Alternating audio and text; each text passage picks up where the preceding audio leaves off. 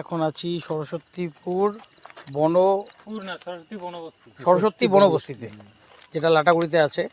আমরা এখন ওখানে আছি, আপনাদেরকে দেখাচ্ছি। আমরা এখানকার স্থানীয়রা রয়েছে আমার সাথে, আপনাদের সবার সাথে দেখা করাবো।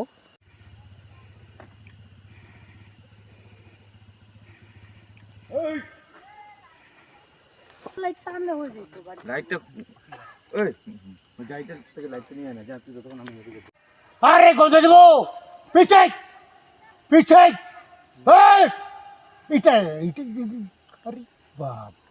কোন নাম বলবেন? রঞ্জিত রাও। আপনাদের এখানে কি হাতি প্রতিদিনই প্রায় বার হয়? প্রতিদিন।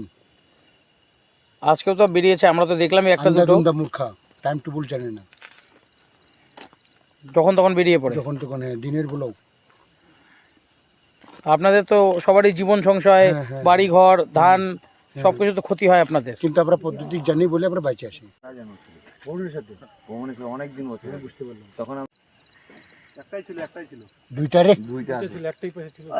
আপনাদের এখানে কি একই পরিস্থিতি? আপনার বাড়ি কি এখানটাতেই? আমার লাস্টে বাড়ি আমার।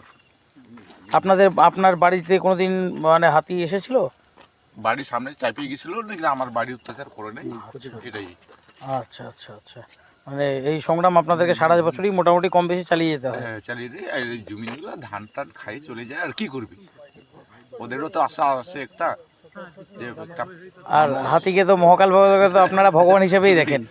দান তো করতেই হয়, হ্যাঁ একদম একদম পূজা করতেই লাগে, দান তো দিতেই করতে হয়। একদম একদম একদম ঠিক আছে।